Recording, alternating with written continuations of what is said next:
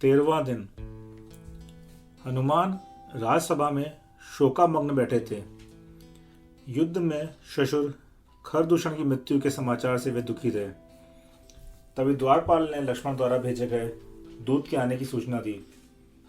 अपने ससुर के हत्यारे लक्ष्मण के दूत की सूचना पाकर हनुमान बहुत क्रोधित हुए और उसका संदेश सुने बिना ही उसे वापस भेजने लगे।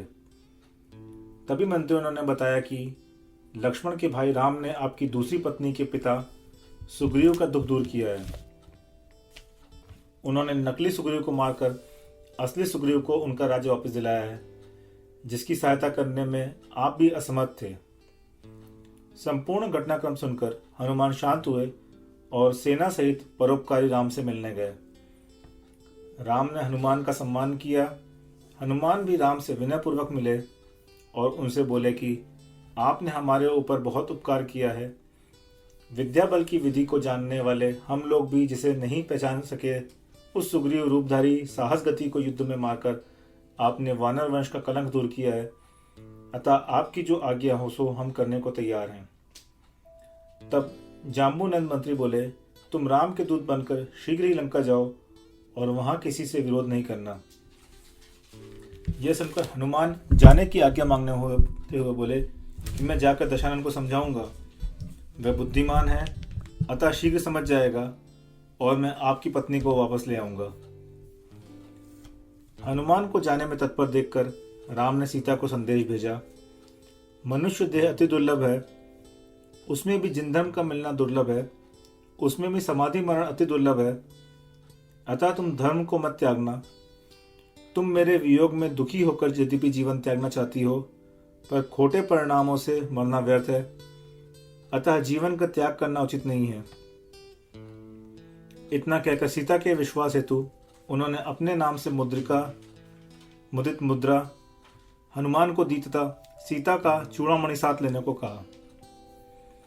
इस प्रकार राम से विदा लेकर हनुमान सेना सहित लंका की ओर चल दिए। लंका जाते हुए रास्ते में महेंद्र नगर देखकर हनुमान को अपने जन्म की कहानी याद आ गई। वे विचारने लगे कि मेरे नाना ने मेरी माँ को गर्भावस्था में घर से बाहर निकाल दिया था, अतः मुझे अब इनका गर्व दूर करना चाहिए, और उन्होंने युद्ध का नगाड़ा बजा दिया। युद्ध भेरी सुनकर सर्वप्रथम राजा महेंद्र का पुत्र सेना सहित युद्ध के मैदान में आया। दोनों ओर की सेनाओं में घमासान युद्ध हुआ। अंत में हनुमान ने महेंद्र के पुत्र को मान लिया। तब राजा महेंद्र क्रोधित होकर आयुधों के समूहों को प्रहार करने लगा, पर हनुमान ने विद्या के प्रभाव से उन्हें बीच में ही रोक दिया और उछलकर राजा महेंद्र को भी पकड़ लिया। चिन्हों से हनुमान को अपनी बेटी का पुत्र जानने पर राजा महेंद्र उससे अति प्रेम के साथ मिले। हनुमान ने भी अपनी उस उद्दंडता की माफी मांगी और अपने लंका गमन का कारण बताया। तब राजा महेंद्र तो किष्किंधापुर की ओर बढ़े, वह हनुमान लंका की ओर। रास्ते में जाते हुए अचानक हनुमान ने देखा दो मुनिराज ध्यान मग्न है और उनके चारों ओर वन में आग लगी है। तब मुनिराज के इस उपसर्ग को दूर करने के लिए हनुमान समुद्र से पानी लाकर मूसलाधार वर्षा की बरसात करने लगे, जिससे अग्नि बुझ गई। हनुमान मुनिराज को नमस्कार कर ही रहे थे कि तीन कन्याओं ने भी आकर मुनिराज को प्रणाम किया, जिन्हें देखकर हनुमान आश्चर्यचकित रह गए और उन्होंने उन कन्याओं से पूछा कि इस भयानक वन में तुम इस समय क्या कर रही थी। तब उनमें से सबसे बड़ी बहन बोली, इस दधिमुख वन के पास में स्थित दधिमुख नामक नगर के राजा गंधर्व की हम तीनों बेटियां हैं। हमारे विवाह के लिए चिंतित हमारे पिता एक बार अष्टांग निमित्त के वेत्ता मुनिराज से पूछा कि मेरी पुत्रियों का वर कौन होगा। तब उन्होंने बताया, जो साहस गति विद्याधर को युद्ध में मारेगा वही इनका पति होगा। अतः हम अपने वर को देखने की इच्छा से मनोगामिनी विद्या की सिद्धि कर रही थी। तभी हमारे साथ विवाह का इच्छुक विद्याधर कुमार अंगारक ने क्रोधित होकर वन में आग लगा दी, पर हम लोग उससे विचलित नहीं थे और जो विद्या 6 वर्ष कुछ दिन में सिद्ध होनी थी, उपसर्ग के कारण में 12 दिन में ही सिद्ध हो गई। आज यदि आप सहायता न करते तो हमारे साथ साथ मुनिराज भी इस अग्नि में भस्म हो जाते। हनुमान ने उनकी दृढ़ता की प्रशंसा की तथा बताया कि इस समय साहस गति को युद्ध में मारने वाले श्री राम किष्किंधापुर में विराजमान है और मैं उन्हीं के किसी विशिष्ट कार्य से लंका जा रहा हूँ।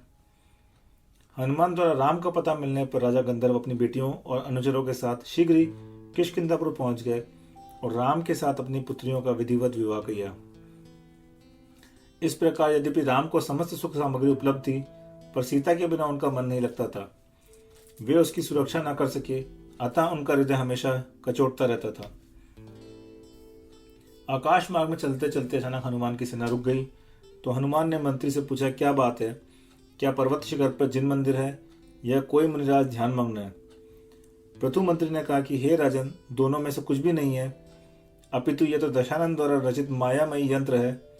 अनेक प्रकार के मुखों से युक्त, सबको भक्षण करने वाला दैदीप्यमान यह मायामयी कोट देवोतारा भी दुर्गम्य है। यह कोट भयंकर पुतलियों से युक्त है। इसमें फण फैलाए हुए सर्प हुंकार कर रहे हैं। जलते हुए अंगारों से युक्त इस कोट में के पास जो मनुष्य जाता है वह जीवित लौटकर नहीं आता। इसे देख के हनुमान मन में विचार करते हैं कि अब दशानन में पहले की तरह सरलता नहीं रही। अब मुझे अपनी विद्या के बल से ही इसमें प्रवेश करना होगा। इसके पश्चात हनुमान ने अपनी सेना को स्तंभनी विद्या से आकाश में ही खड़ा कर दिया और स्वयं अपनी विद्या के बल पर विद्यामयी वक्त्र पहनकर हाथ में गदा लेकर उस मायामयी यंत्र की ओर बढ़े। कोट के पास पहुंचकर उस पर हनुमान ने गदा से प्रहार किया। फलस्वरूप भयंकर आवाज करते हुए कोट टूट गया। कोट भंग की आवाज सुनकर कोट का रक्षक वज्रमुख सेना सहित आया और हनुमान से युद्ध करने लगा, पर कुछ देर में ही हनुमान ने उसे मार दिया। तब उसकी बेटी क्रोधित होकर हनुमान पर बाणों आदि आयुधों से आक्रमण करने लगी, जिन्हें हनुमान ने अपने बाणों से ही बीच में रोक दिया। पर वज्रमुख की बेटी लंका सुंदरी के द्वारा फेंके गए प्रेम बाण से बच न सके। वे दोनों ही एक दूसरे के रूप पर मुग्ध हो गए, अतः युद्ध बंद कर दोनों ने विवाह कर लिया।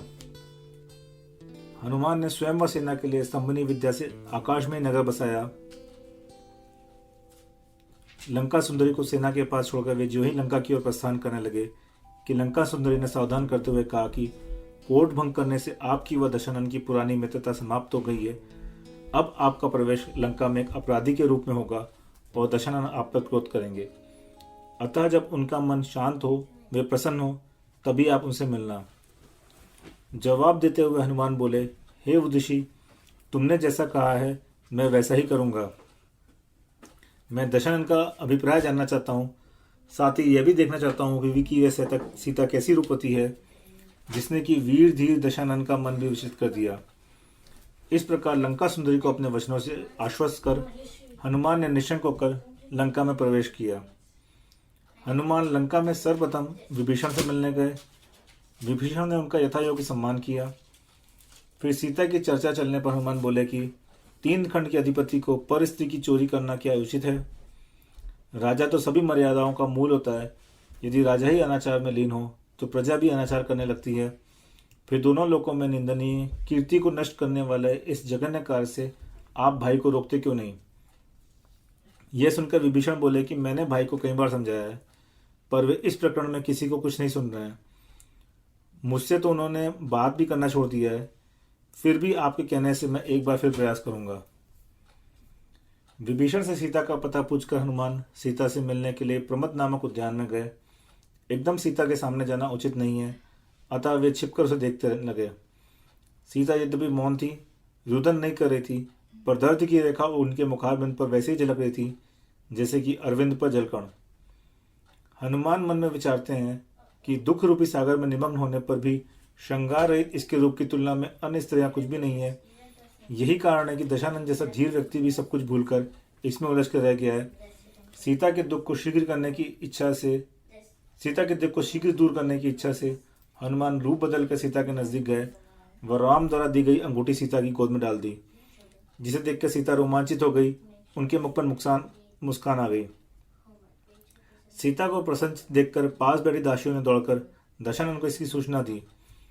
दशानन ने उन्हें वस्त्र व रत्न दान में दिए और सभी रानियों सहित मंदोदरी को सीता के पास भेजा।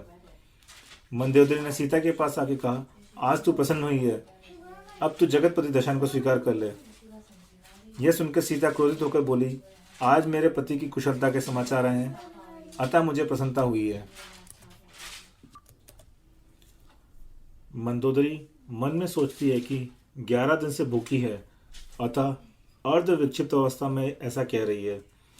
मंदोदरी आदि रानियों के अविश्वासपूर्ण उपहासात्मक चेहरों को देखकर उन्हें विश्वास दिलाने के लिए सीता ने ऊंचे स्वर में कहा कि जो अंगूठी लेके आया है वह मेरे भाई के समान है, अतः अब वह मेरे परम बंधु मेरे सामने आए। यह सुनकर हनुमान विनय सहित सीता के सामने आए और नमस्कार कर राम की कुशलता के समाचार सुनाए, जिन्हें सुनकर यद्यपि सीता को प्रसन्नता हुई किंतु अभी भी उन्हें विश्वास नहीं हो रहा था।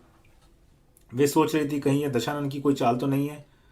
अतः उन्होंने हनुमान से कहा कि प्राणनाथ तुम्हें कहाँ व कैसे मिले, तुम्हारी उनसे मित्रता क्यों हुई, उन्होंने तुम्हारा कौन सा उपकार किया कि तुम अपने प्राणों की परवाह न करते हुए यहाँ मेरे समीप आए हो। लक्ष्मण कुशल से तो हैं, कहीं ऐसा तो नहीं कि लक्ष्मण के युद्ध में मारे जाने पर प्राणनाथ ने भी प्राण त्याग दिए हों, अथवा कहीं वे विरक्त होकर सकल परिग्रह का त्याग कर वन में तो नहीं चले गए, अथवा मेरे वियोग में शरीर शिथिल हो गया हो और अंगूठी गिर पड़ी हो जिसे तुम मेरे पास ले आए हो।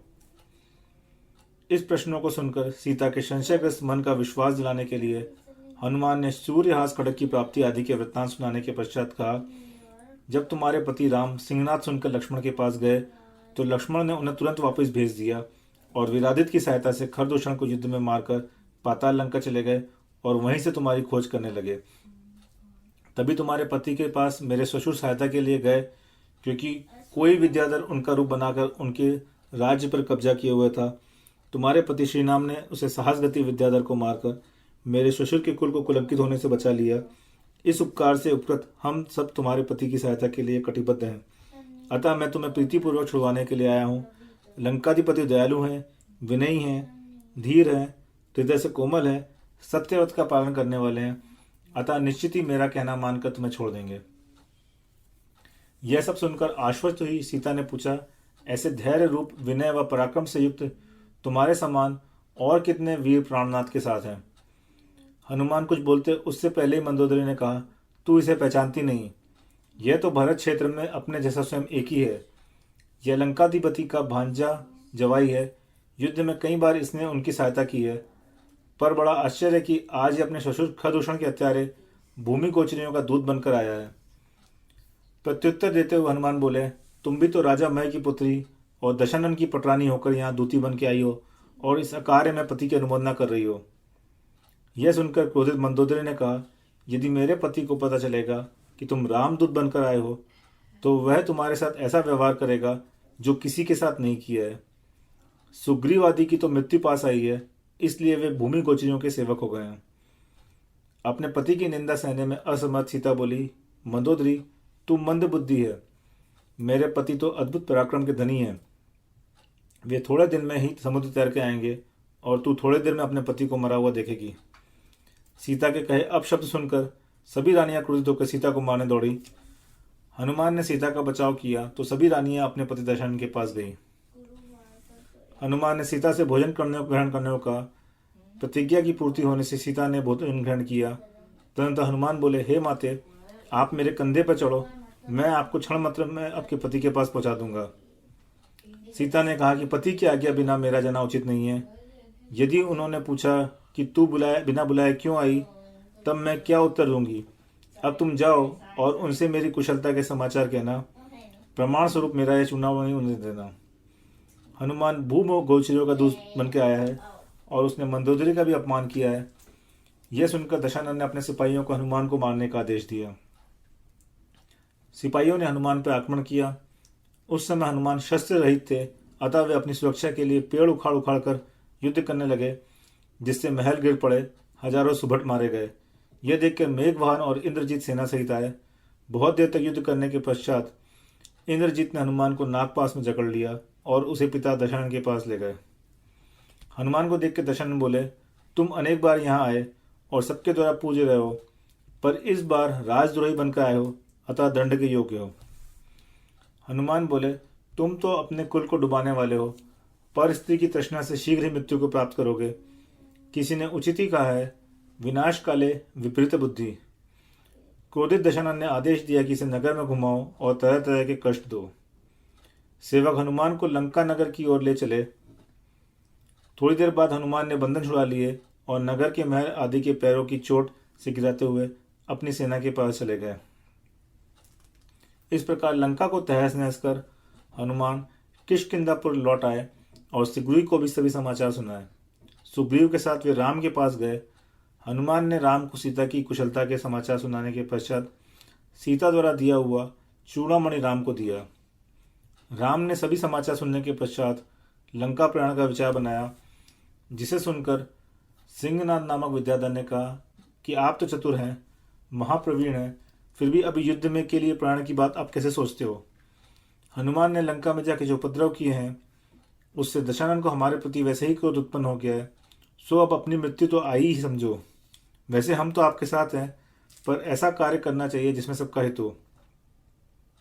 इसका जवाब देते हुए चंद्रमारीची विद्याधर बोले, तुम व्यर्थ ही डर रहे हो। हमारे साथ हनुमान, सुग्रीव आदि बड़े बड़े विद्याधर राजा हैं, फिर हम नीति के साथ हैं, हमें अनीति अन्याय का विरोध करना चाहिए। इसके बाद राम लक्ष्मण समस्त विद्याधर राजाओं के साथ आकाश मार्ग से लंका की ओर चल पड़े और लंका के निकट स्थित हंसपुर नामक नगर में डेरा डालकर भामंडल के आने का इंतजार करने लगे। गुणों को अवगुणों में परिणत होते पल भी नहीं लगता। पता नहीं कब कौन सी घटना अपने जीवन के सभी गुणों को अवगुणों में बदल दे। जिस तरह एक मछली सारे तालाब को गंदा कर सकती है, उसी प्रकार एक अवगुण सारे गुणों पर पानी फेर देता है। पर स्त्री से विवाह की इच्छा ही दशानन का ऐसा अवगुण था जो उसके समस्त गुणों पर धूल की तरह छा गया। दशानन के दयादि गुणों में अनुरक्त सुग्रीव आदि की श्रद्धा अब दशानन में नहीं थी। वे अनीति का साथ देने को तैयार नहीं थे, अतः वे सभी राम को उनकी पत्नी दिलाने के लिए दशानन के विरुद्ध राम का साथ देने के लिए तैयार हो गए।